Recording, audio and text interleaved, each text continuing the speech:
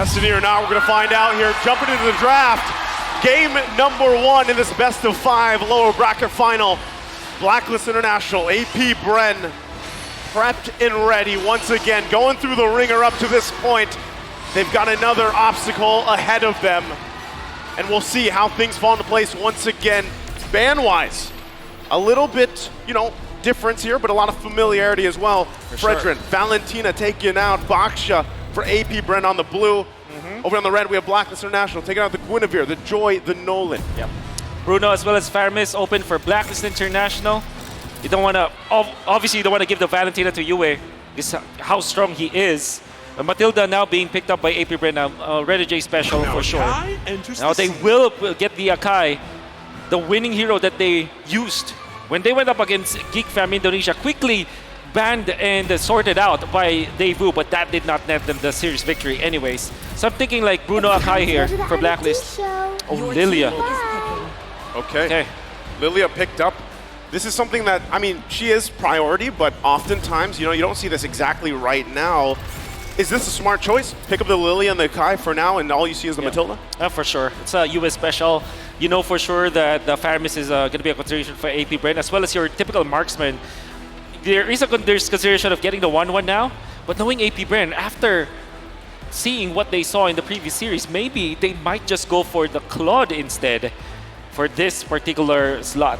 Coach Dieb did do well to cover up their bases, denied the Claude very often, but it looks like it doesn't matter. Again, if it's open and you have that mid-lane trio to activate the 1-1, make Super Marco's lane a little easier to hit and get online, then by all means.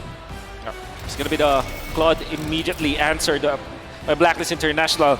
I think at this stage of the tournament, this is what you may notice. There will be only 3 heroes that they may be picking up in the marksman role. The 1-1, the Bruno, and the Claude. They're just going to be shuffling between those 3 heroes because they need to win the games. Like, obviously, the Brodies, your Brodies, your Beatrix, they can win you games, right? But when it comes to like winning an entire series, you have to get to those all-reliable carry heroes. Yeah, it's funny too, because when you look at it, right, even in the previous series, you saw how much focus was on Super Marco's lane, right? It was choked out to the point where, once again, he was so far behind in terms of the gold-to-gold matchup in the gold lane that it really, stopped them from doing what they had to do to stay in that game. And so that can be a similar game plan here. But once again, those picks locked in, we have to focus on the XP lane, right? The impact lane right now is currently in the M5. It plays a huge role here. Yeah, I'm thinking about like Lapu-Lapu or Kali, these heroes that are played in a role where you're an XP lane, but you're so an assassin in a way, right? But at the same time, the Terizla should be a consideration for both teams, since the Terizla is a hero that's good against the Claude, good against the 1-1 as well. And I like the fact that APBR will be denying sustained heroes now, because that is what 1-1 doesn't want to face. So now I'm wondering, do they allow the Minotaur?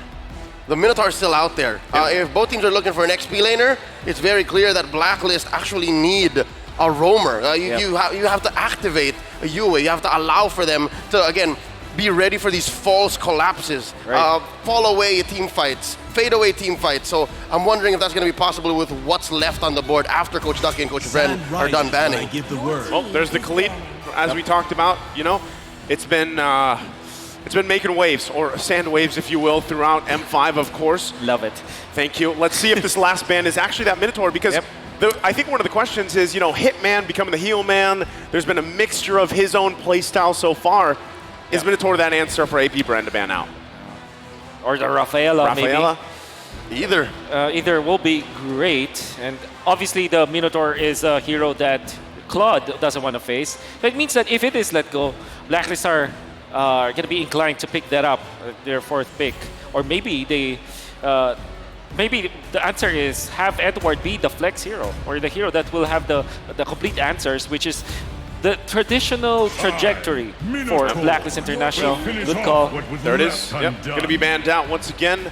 Minotaur taking another picture alongside that Estes pick.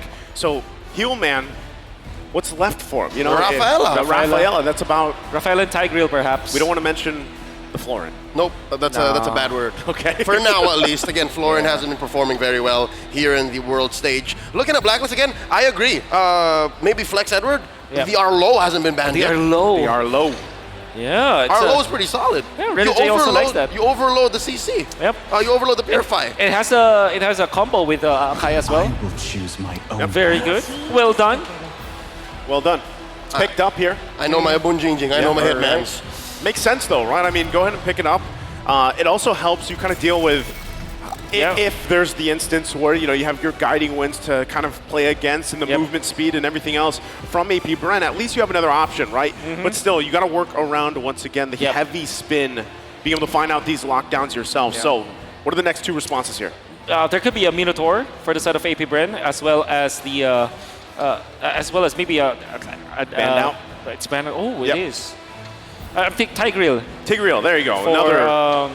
For Ogwen. At the same time, maybe they want to go Kaja instead. Oh, but Kaja has very low win rate. Yeah. But the thing is, okay. Whoa. Because Blacklist International can pick up a Diggy in their last pick. So this is like that sort of that double mage setup. Once again, you have the Matilda, you have the Novaria, right? Working together this time around. And so what's the answer here from Blacklist? I'm thinking Diggy, in fact, because it's a hero that will really just solve the problems for Blacklist International. They can like group up, especially because they already have the Arlot as well as the Akai anyways. Maybe a safer route could be the Tigreal for Mr. Renegade. Yeah, one or the other. The other is more defensive, but more proactive when it comes to vision. The other can turn around fights. Oh, wow. They pick up How about neither? We've kind of forgot about Angela. I would have thought that AP Bren would have taken that instead of the Novaria because that's a good combo. But then, Angela Claude, classic combo as well. It's almost like a Diggy. Well, the Diggy helps you survive the crowd control, but the Angela allows for you to just tank up. And it has a great combo with the Claude anyways. Interesting. It's going to be really the execution factor here as we look at both of these lineups working certain ways from the early game. Of course, the transition, the rotations, very important here. And I gotta say too, man, the Akai performance so far from Sensui has been on point. Is Kyle Teasy ready to match up once again as we get ready to load up into game one here, the lower bracket final, AP Bren, Blacklist International. The agents are here, the Hive is here. Which one will pull through in the series as we start game one? Looking out for these early rotations. Again, both teams have been on the receiving end and the aggressive end of these early starts. Sensui on the purple, Kyle starting up orange. Bit of a kite for black. Now, obviously, when it comes to the Lord fights, it's going to be another classic retreat battle. Fortunately for the Martis, he does have the crowd control immunity. And Ogwen, interestingly, only picked up didn't have the EXP earlier on. But anyways, he's trying to mind fight in the middle. Yeah. Again, pressure like early on this point, at this point, it could change the course of the early game at least. Real quick though, emblems, anything sticking out besides all this poke? Well, nothing much really. Maybe this Master Assassin on the 1-1, perhaps. This is the first time probably that you see this. Typically you go firmness or tenacity, right? But he went for the Master Assassin. Ogwen in the back, drawing first blood underneath tier 2 as Yui was trying to recall home. That's what I was saying, man. You put on the pressure early on, it can change the course of this early game, especially talking about a lot of this rotation for both these teams. Still the focus that AP Bren wants to keep the pressure going, even against Sensui, right? Try to get any lead that you can work around, especially that first objective, the turtle. A lot of the teams here against AP Bren, sometimes they find it out, sometimes they let it slip through. But I feel like Blacklist International, they want to just go ahead, contest all these things, right? Yep. Give it up to them the best they can, try to win these early fights if they can. Now, typically, Wolf, when we see the Angela pop through, it's a little more passive, right? The play style here. And even the variation, we've seen Angela's pick up focusing Mark. This time around, it's not. It's the Imperial Rage. I guess the idea here for Blacklist International is to go classic Ube. Wait for 7 minutes, wait for 8 minutes, and then fight afterwards. Here we go. Turtle already up. Slight pull for AP Bren. Heavy spin spent out by Sensui already. Edward flickering on up. Kyle Teasy pops him with a decimate. Renegade flickering on through.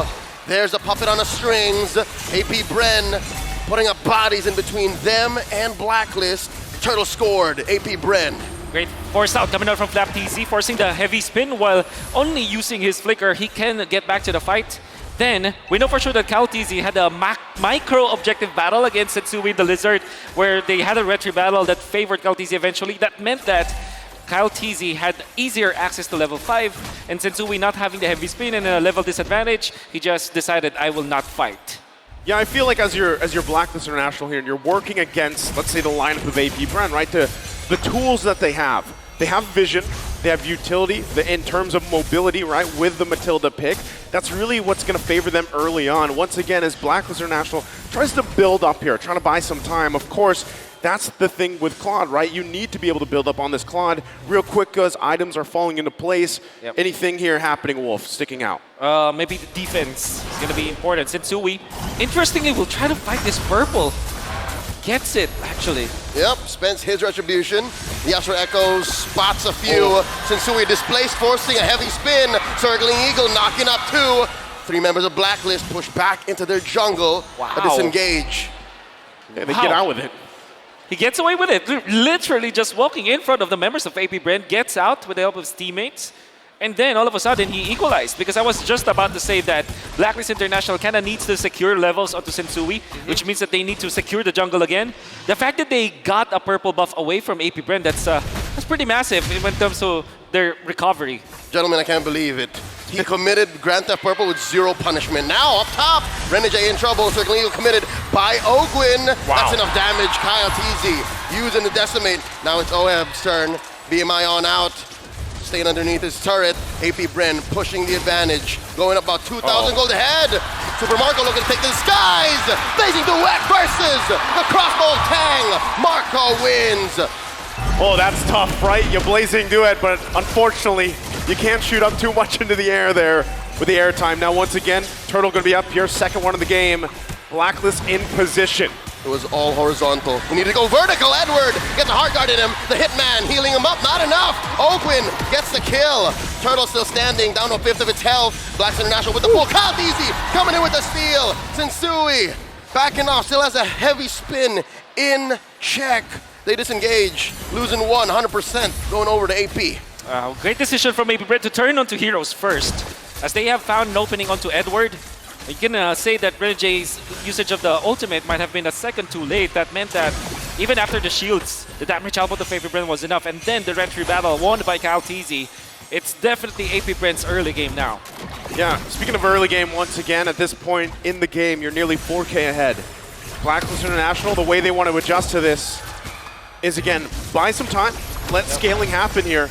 But still also, the other thing as well is UA, right? Usually when you see these Lilias, they pop out a ton of damage, but he's gonna kind of have to wait for that. He has to wait for some of these setups to happen, which is on the shoulders right now of mostly Edward with his Arlot pick. But you can see AP Bren just not really given a chance for them to breathe, right? They want to continue on.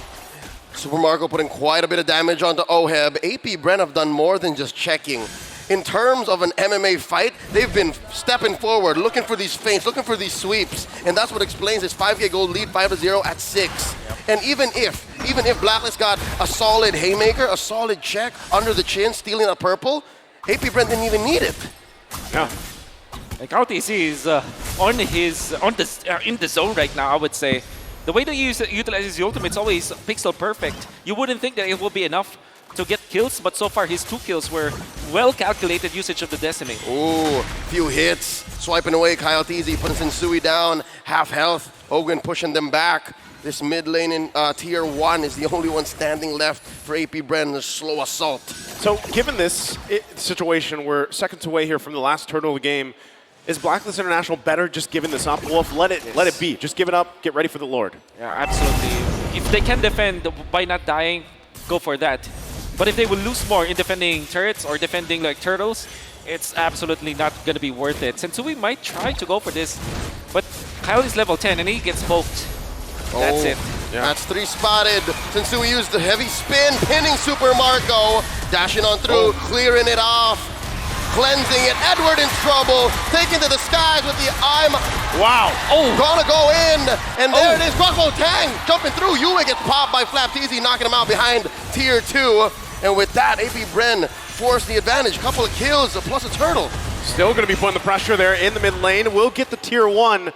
But that was Sensui starting that, trying to get a possible steal if he could, but just completely zoned out because right now that is the difference, that gold, that economy in favor of AP Brent right now. Oh, the Filipino cannon! Popping away, putting him to a 10th of his health. What was that? Ooh, that is Snowball, ladies and gentlemen, with the deadly blade. Or the Sea Halberd, I mean. All the way. All the way for Flapteasy. No defense items whatsoever. He wants to go for the quick annihilation, knowing full well that Oheb does only have a sprint. Later on, with the sprint being popped, his flicker will be even more deadly. Flicker combo against Oheb will be going to be difficult to deal with later on. That's the thing too, you see how many items there are from AP Brent to deal with that sustainability, you know, from the Angela pick. There's 3 now on them. They're all ready to pretty much fight in these skirmishes, and that's why, once again, the Heart Guard really hasn't had much of an impact, right? They continue to whittle down, and then when the Heart Guard's supposed to be there, it's not providing enough healing because of the itemization from AP Bren. They further the lead. Sensui, though, will be able to get the orange as he backs off once again. Blacklist really trying to hold on to any of the real estate they can on their side of the map, but right now, you can see the power of this lead. Yeah, definitely. Even AP Bren just taking over the jungle of Blacks International, they can't do anything about it, but fortunately, Sensui had the guts to use the Retribution, steals it away. Look at that Astral Spear hitting onto 2, putting them at below 50% HP with just 1 shot. Oh!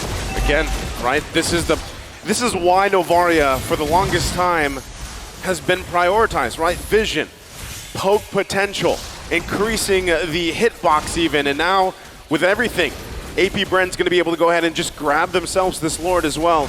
Blacklist International still not positions to really deal with this. UA just picking up the Ice Queen wand here. Yeah. They're very far behind in terms of itemization. Super Marco picking up a big defensive item pickup, the Wind of Nature. I gotta say though, this is not the first time the Blacklist International were put in this very bad spot. That's right.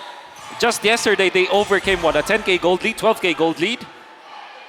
And now, they have the heroes to actually win this game. They have the Claude Angela, Lilia for the defense, and Akai for a win condition pin down. If you're talking about lessons, Wolf, AP Bren had a same lead. That's true. A massive lead. So now they're pushing the advantage. They're getting on the offensive because they have to. Exactly.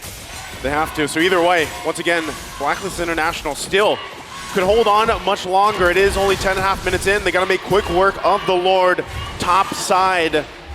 They have the tools to stay in the game, at least extended. Oheb also has to be very careful on this approach. You can see as well, damage is there. They're going to deal with the Lord here. Astral Echo thrown out, spotting 3. This is an odd and awkward position for an Angela. They don't like being in the front lines like this. Ogwin setting it up, looking for that circling eagle, waiting for it to go off of cooldown, does not engage. A successful defense by Black. That will inflate AP Bren's lead to 9.8k, but it will not end the game yet. What they can do right now is just clear out the jungle, make sure that Blacklist International will have to group up and just stay for scraps, just dividing all of those gold that they get from the minions that are incoming and not get any more from the jungle creeps.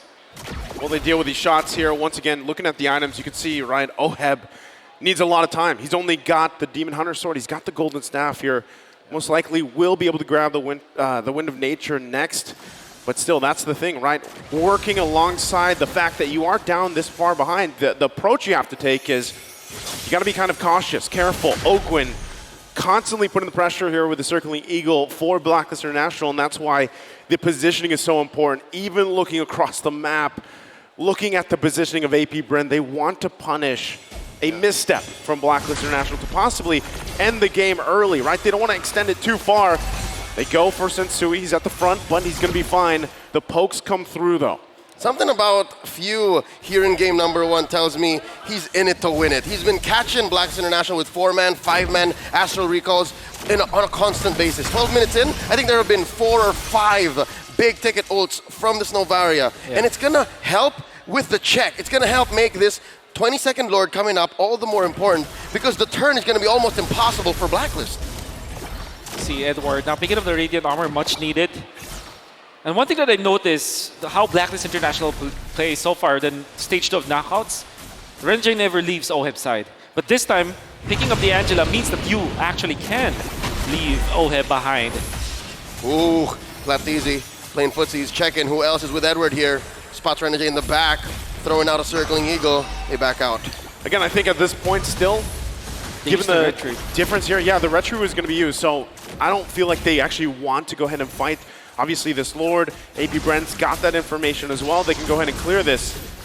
Going for the blitz, slight pull. AP Brent with a clear lead, melting the Lord down to a 5th, a 6th, an 8th, a 10th.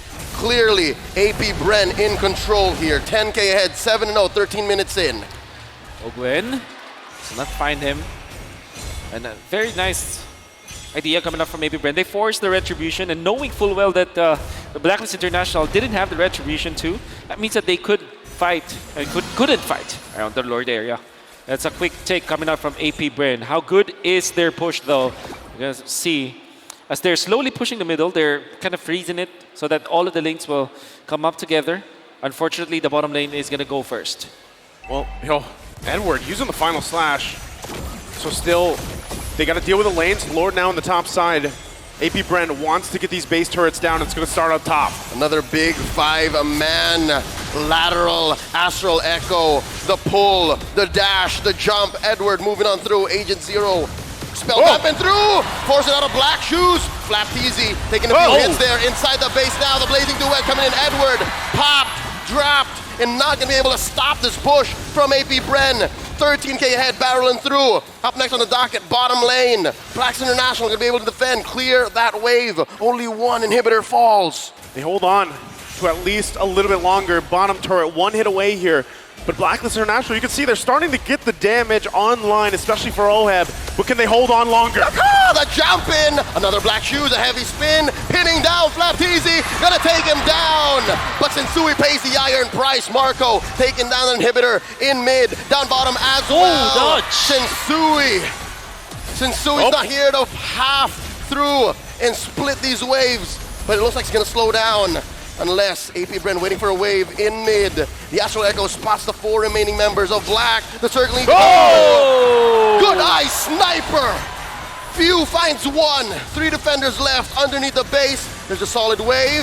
Renjay coming through. Heart Guard is going to be enough. Easy wailing away at the base. OHEB goes down. Few pops him. And now the base stands alone with 2 members of Black, 1 member of Black. No more. It's a wipeout. AP Brent takes game 1. And it looks like they've adjusted very quickly from the previous series. They came out swinging in a decisive game number 1. They take this game, they take the series 1-0. If you look back at that game, there's no overextension, no overheating coming out from AP Brent. Very disciplined, getting all of those OP heroes that we have, the 1-1. Again, the Matilda as well, very strong combo. Martes coming up from Galtizi, just on point, no mistakes, well-calculated usage of the Decimate. And then, of course, Few on the Navaria. Still, you know, with the hawk eye, or eagle eye, Few is there. It was on point, right? Again, why they love to take that Navaria, but we'll leave it to, what was that, the Malaysian brothers over there on the panelist stand. Go ahead and break down this game number 1.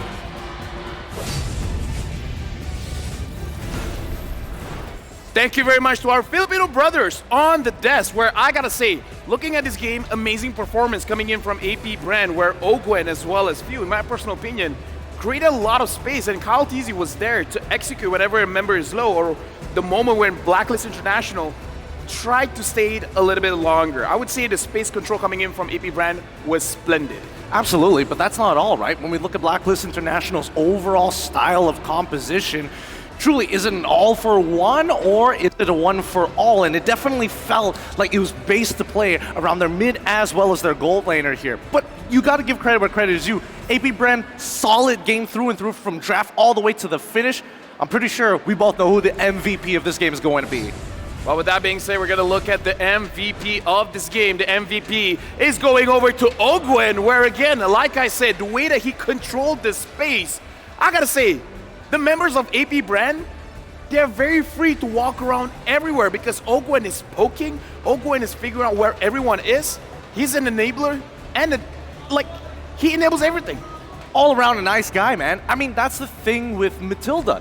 It's not like Grok where it's an emphasis of your opponent's mistakes. It gives you the confidence to make plays, make a mistake, and it'll be totally fine, especially if Ogwen is going to be on your side with this Matilda to save you at the end of the day. And I think it's even more emphasized once we start jumping into the highlights. Yeah, we're going to look at the highlights where, again, the way that AP Brand played around, it all starts around the Riverside because they're making sure that Blacklist International has a clear line on the ground that you can't move forward.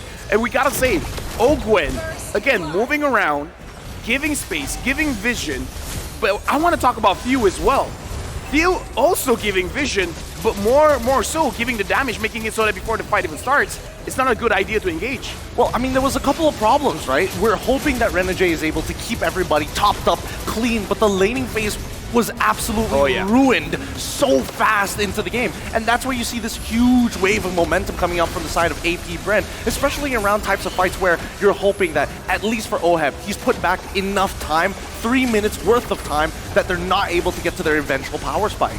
I feel like we got to jump on what Wolf said as well on the pick and bans coming in from AP Brand, where the draft coming in from AP Brand is super solid, where they got a lot of S-tier heroes, the Matilda, the 1-1, even the Novaria, even though it's like not number 1 or number 2, but again, a very solid hero. Very good considerations overall, and yes, initially you're thinking about lane priority. You're thinking about ways to kind of control the lanes, right? Have ways to move together as a team, which is very much like Blacklist International wants to play. However, when you have strong laners, and more importantly, once we start looking at some of these post-game stats, let's look at the emblems and keep in mind, this is not a normal thing that we usually see. Usually it's from the Cambodian side, right? Super Marco taking Master Assassin, but not only that, Flapteezy deciding to take that as well. They were looking to hurt their lane as much as they could. Yeah, I kind of feel like on all fronts, Blacklist International was not having a comfortable game because, again, looking at how they've been moving around the map, where I kind of feel like, I remember one time when Sensui was using the heavy spin down at the bottom side of the turtle, and then Flapteezy was able to flicker out of that. After that, it looked like Blacklist International had no way to get into the fight because their idea is to scale onto Oheb, let Oheb do a lot of damage when it comes to the late game, especially because they have the Lilia as well as the Claude. They should be able to get to that stage of the game, but again, the early game, brutal. Absolutely, right? And it's emphasized more once you start looking at the laners who did get ahead, like Super Marco. How do you catch him exactly, right? You have ways to break his inbuilt Purify, but at the same time, you have no real means of locking him down. Worst yet, when you have Ogwen to supplement that as well, it becomes almost impossible to find that lockdown. He basically gets to play the game for free, dash around as much as he likes, and not really get punished for it at all. And let's not forget about Flapteezy, the fact that he's able to build full damage and get away with it, especially when you're up against an Arlott, is one thing to behold, but at the same time, nobody on the side of Blacklist International is looking to punish him. Let me tell you, Gideon, I feel like this is their idea, where they're like, you know what? Just now it didn't go well. So this game, we chose violence. Speaking of violence, you were talking about Flapteezy here having full damage items. I really feel like in this composition, they want to make sure that Blacklist International, they don't get to play their tempo. Because Blacklist, just like what Wolf said, wait to the 7 to the 8 minute of the game where they can start grouping up, where they can start moving as a unit. They just break them up. They force Blacklist International to go into 1v1 5-man style. Yeah, and that's the best part, right? It gets really, really messy in these types of fights, and based on the items that we're seeing, that Blacklist is playing the atypical style, hey, we gotta slow it down, we need to scale, we need to play around Oheb with losing lanes and not to mention neutral objectives that are basically just a free fight for AP Bren. It really begs the question, was this the right choice when they walked into the draft of looking to put Renegade once again on an Angela, make him the heel man when he's really the hit man? But we got to look at the rich guy, Super Marco, 896 gold per minute to carry, Few 82,000 damage dealt, Sandbag Sensui 113,000 damage taken. Looking at this game, I kind of feel like this is what AP Bren have cooked up specifically for Blacklist. We're going to look at the damage dealt here, and this is why I want to talk about Ogwen as well as Few doing a lot for this team. Even though Ogwen is the roamer, he's doing quite a lot of poke damage, the same thing as Few, making it so that Blacklist, as a team that is full of discipline, they have a rough idea how much HP they need to move forward. So as long as they keep Blacklist International under a certain threshold, making it so that they're not going to be able to move in front. I feel like that's the name of the game. Just get them low enough so that they can't do anything. And I love the way that you put it, the threshold that needs to be put. If you look at the damage taken, we're looking at the people who got it the worst. And obviously, Sensui is a prime target, taking 100% of the Team 5 participations. But worst yet, what about Edward? He was already struggling in lane, and not to mention that he will always have to come in second to last during these fights, and yet still have the responsibility to set this fight up, maybe even sometimes clean it up. The way that I see it, it's like Blacklist International, they want to have steps. They want to have a ladder. APBR went to the second step, crushed it, making sure that you cannot connect the first and the third spot. So I kind of feel like Blacklist, they got to see this coming for the next match. Whatever their draft is, they got to make sure that their side laners, the EXP as well as the gold lane, is going to be a little bit more comfortable.